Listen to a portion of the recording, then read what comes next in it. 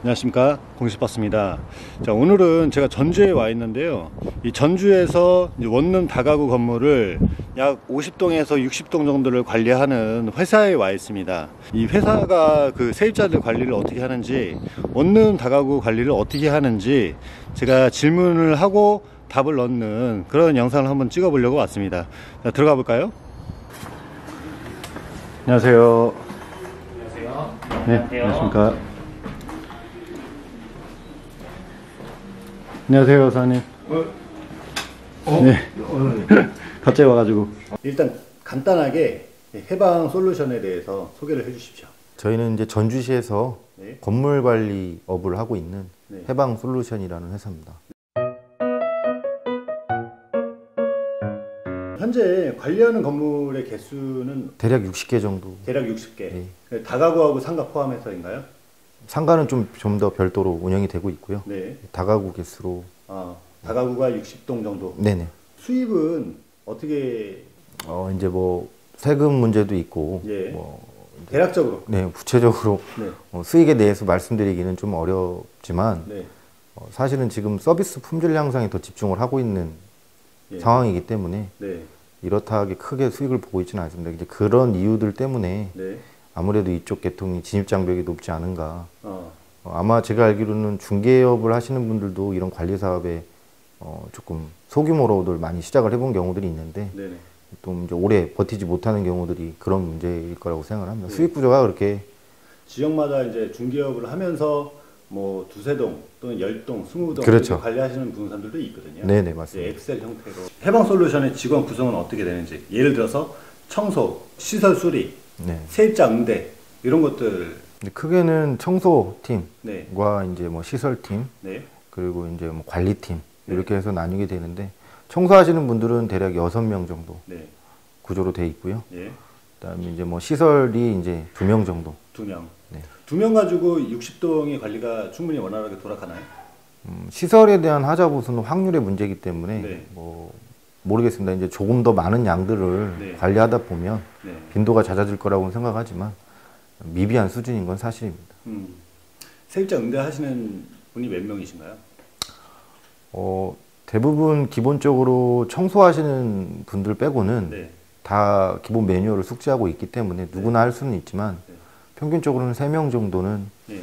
항상 민원에 성실히 관한 근로를 하고 있다. 네네.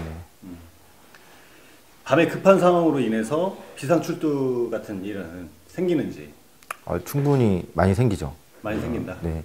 다만 이제 저희는 근무 시간을 정확하게 지키는 편입니다. 근무 시간이 어떻게 되나요? 이제 아침 9시에 출근을 해서 네. 저녁 6시에 퇴근을 하는 구조인데 네. 말씀하신 것은 이제 그 외 시간들 그렇죠. 비상 상황에 대한 얘기인데 예. 이제 아무래도 저희는 이제 협력업체도 있지만 네. 그런 비상 상황에 대응하는 부분들이 이제 좀 상시 근로자가 네. 준비가 돼 있다고 볼 수 있죠. 음. 그래서 특히 이제 전기 네. 그리고 승강기, 예. 소방 대표적으로 이런 세 가지 유형의 문제들은 시설 문제들은 항상 사고에 노출이 위험이 있기 때문에 그런 쪽은 바로 대응이 가능한 예. 협력 업체 및 근로자가 있다라고 오케이. 이해하시면 될 것 같습니다. 악성 세입자에 대한 대처 요령이 있습니까? 충분히 있죠. 예. 많은 경험을 토대로 해서 지금의 매뉴얼이 만들어졌는데 네. 개개인들이 순간적인 판단을 해서 네. 감정이입을 하다 보면 네. 세입자와 분쟁도 생기는 경우가 있기 때문에 개인 감정을 배제하기 위해서 이제 매뉴얼대로 진행을 하고 있습니다. 그 매뉴얼이라는 것이 어떤 게 있을까요? 조금 더 디테일하게 얘기를 드리자면 건물 내부에서 소음이 층간 소음이 발생했다고 저희한테 민원을 넣으면 네.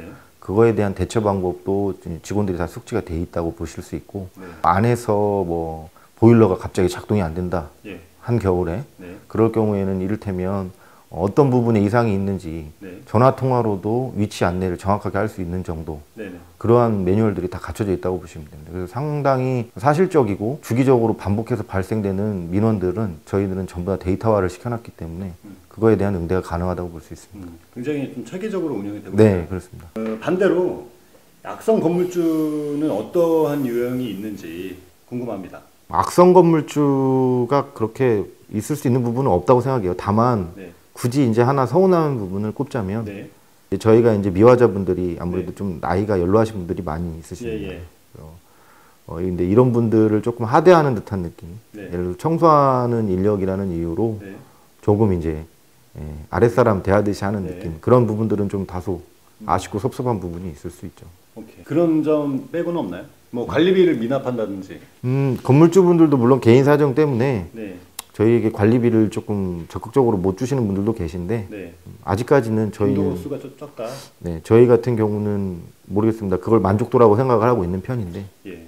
건물주 입장에서 관리업체에 가장 원하는 것이 있다면 이제 아무래도 월 차임, 그러니까 월차임. 월세 이제 연체 연체가 됐을 때 해결해 주는 거. 그렇죠. 그런 부분하고 다발적으로 발생하는 전화 민원. 전화 민원이 있다면 어떤 것이 있을까요? 뭐 대표적으로는 갑자기 뭐 물이 안 나와요. 문이 잠겼어요부터 네. 주차장에서 접촉 사고가 발생했어요. 해결해 주세요. CCTV를 보고 싶어요. 층간 소음이 뭐 발생하고 있어요. 예. 이런 것들은 거의 뭐 상시로 발생한다고 보실 수 그럼 있습니다. 세입자들 간에 누가 개를 키우고 누구는 개를 안 키우잖아요. 그렇죠. 애완동물. 그리고 어떤 건물주들은 애완동물은 아예 들어오지 마라라고 하는 건물주들도 있고 맞습니다. 그런 민원도 많이 발생을 하는 편이죠. 굉장히 많이 발생합니다. 그때는 어떻게 하십니까? 이건 사실 준비되지 않은 질문인데. 근데 그런 부분마저도 실제로 매뉴얼이 돼 있습니다. 그런 부분 맞죠. 네, 이를테면 애완동물 가지고 문제가 될 경우에는 네.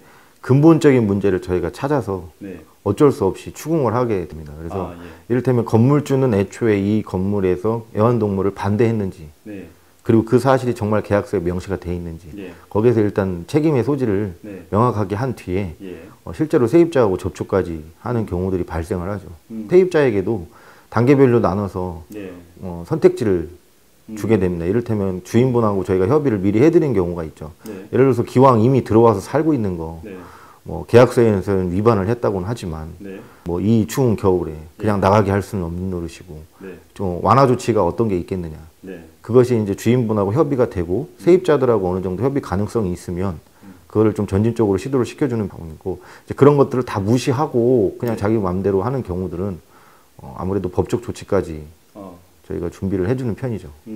관리업체로서 세입자 응대나 건물 유지 보수 측면에서 유리한 점이 있다면 어떤 게 유리할까요? 관리업체에서 유일한 점은 이제 대표적으로는 시설 쪽 부분이라고 생각을 하는데 예. 사실 이제 저희는 아무래도 매뉴얼대로 움직이다 보니까 네. 시중가보다 좀 더 저렴하게 시설에 대한 하자 보수를 네. 해드리는 경우가 많이 생깁니다. 그래서 뭐 중차대한 문제 같은 경우는 협력업체를 이용해야 될 경우도 있지만 예. 일반적인 그런 문제들은 저희 자체 인력으로 해소를 하고 있기 때문에 아무래도 인건비에 대한 좀 절감이 아시겠지만 이제 시설 쪽을 만지시는 전문 작업자들은 인건비가 굉장히 비쌉니다. 예. 그렇죠. 이를테면 한 번 출동하면 출동비 따로 붙고 네. 품이라고 해서 예. 이제 그분이 하루 몇 시간 정도 근무하는 것을 하루로 잡아서 네. 그것이 뭐 이제 상상을 초월하는 금액이 발생하기도 하는 게 그쪽의 일이기 때문에 그것을 이제 저희가 직접적으로 처리함으로써 그 인건비를 대폭 인하를 시켜주는 방향이죠. 그러면 이제 관리업체들이 이제 대리계약이라든지 이런 걸 통해서 세입자한테 전세 금액을 받고 건물주한테 월세를 지급을 해서 속인다든지 이런 사례들이 사실 매년 나오거든요. 옆 동네인 익산에서도 나왔었고요. 사실은 뭐 예상한 바는 있지만 예. 그런 일이 진짜 빈번하게 발생하고 있었다라는 것은 공실박스를 통해서 알게 됐어요. 유튜브를 통해서. 네, 유튜브를 통해서 알게 된 거고 네. 그간 저희는 몰랐습니다. 저희하고 방식이 워낙 달랐기 때문에. 방식이 다르다. 네. 사장님 회사는 대리계약을 하지 않습니까? 네, 저희는 대리계약을 하고 있지는 않습니다. 대리계약이라는 그 행위 자체가 네. 어떻게 보면 중개 영역에 다리를 네. 얹어놓는 거라고 볼 수 있어요. 그렇죠. 그래서 아까 초반에 말씀드린 것처럼 이 관리업에 네. 중개업을 하시는 분들이나 네. 또는 뭐 건축 관계자분들이나 이런 분들이 유입되어 있는 경우들이 있습니다. 이제 예. 이런 경우들이 이제 유착이 발생하기 때문에 네. 그런 사기가 있을 거라고 저는 생각을 하고 그래서 저희도 실제로 부득이하게 주인분들이 네. 그냥 일반적인 계약 하나를 네. 내가 도저히 시간이 없으니 네. 관리사무소에서 좀 대리적으로 마무리를 해줬으면 좋겠다 이렇게 받는 경우가 있는데 저희는 계약서에도 분명하게 명시가 돼 있지만 그것을 할 수는 있으나 그거에 대한 모든 권한은 본인 의도에 의해서 저희한테 양도를 한 것이고 그에 따른 모든 피해는 본인이 책임을 져야 한다라고 명시를 해놨기 때문에 사실적으로는 거의 저희한테 그런 일이 일어나지는 않는 구조죠. 그래서 결과적으로는 그런 행위들을 공실박스 유튜브를 통해서 제가 알고 나서 느꼈던 부분이 이 권한에 대한 위임을 어디까지 승인을 한 것이냐. 네. 그 영역의 문제가 아닌가. 음. 그래서 관리업체도 분명히 그런 부분에 있어서 처음부터 나쁜 의도가 있는 게 아니라면 네. 그런 부분은 가급적 손대려고 하지 않는 게 정상적인 거라고 생각합니다. 이 관리업체에 대한 사업의 비전이 어떻다고 생각하십니까? 사실 좀 번외의 얘기일 수는 있는데 네. 저는 개인적으로는 환경 문제에 대한 관심이 좀 큽니다. 네. 그래서 뭐 우스갯소리로 얘기하면 이제 환경 관련 다큐 같은 게 막 나오면 집에서도 이제 아내하고 조금 이제 대립을 해가면서 제가 채널을 사서 하는 경우도 네. 발생을 하거든요. 네. 그 정도로 관심이 좀 있는데 이 사업의 시작 자체 네. 기본적으로 해당 시장에 대한 자신감도 좀 있었지만 이제 무엇보다 조금 이런 다세대 주택, 다가구 주택 좀 이런 곳에서 발생하는 엄청난 그런 쓰레기 문제. 네. 아시겠지만 이제 요즘 뭐 환경 문제가 워낙 예. 지금 경각심을 예, 많이 맞습니다. 필요로 한 때이라고 저는 느끼고 네. 있는데 좀 그런 부분에 대한 적극적인 개입이 가능할 거라고 생각한 부분이 네. 제가 생각한 비전이라고 생각을 하고 사실 좀 저희는 관리업체이긴 하지만 호투모로우라고 해서 저희가 창립 당시부터 계속해서 연구해 나가는 프로젝트가 있는데 네. 어떤 이런 환경 문제를 개선할 수 있는 그리고 원룸촌에서 발생하는 이 어마어마한 쓰레기 네. 이것을 리사이클링할 수 있는 부분 예. 그런 것들에 저희가 많이 예. 비전을 느끼고 있다고 생각을 합니다. 네. 개인적인 번외 질문인데 저 공시바스가 12개 도시를 서비스하고 있잖아요. 네네. 예, 그런데 이제 저도 이제 현장을 가끔 원룸 쪽을 가는 경우가 있어요. 쓰레기가 정말 장난이 아니거든요. 네. 전주는 원래 양반의 도시 아닙니까? 그죠? 네. 근데 전주는 어떻습니까? 사실 전주 사람으로서 조금 망설여지기는 하는데 예, 예. 전주도 별반 다르지 않습니다. 쓰레기 문제에 대해서는 예, 예. 근데 그 나름의 이유가 있는데요. 네. 각 구에 있는 구청 예. 이런 곳에서 이제 관할을 하게 돼요. 예. 이 쓰레기에 대한 부분, 예, 수거에 대한 부분이 네.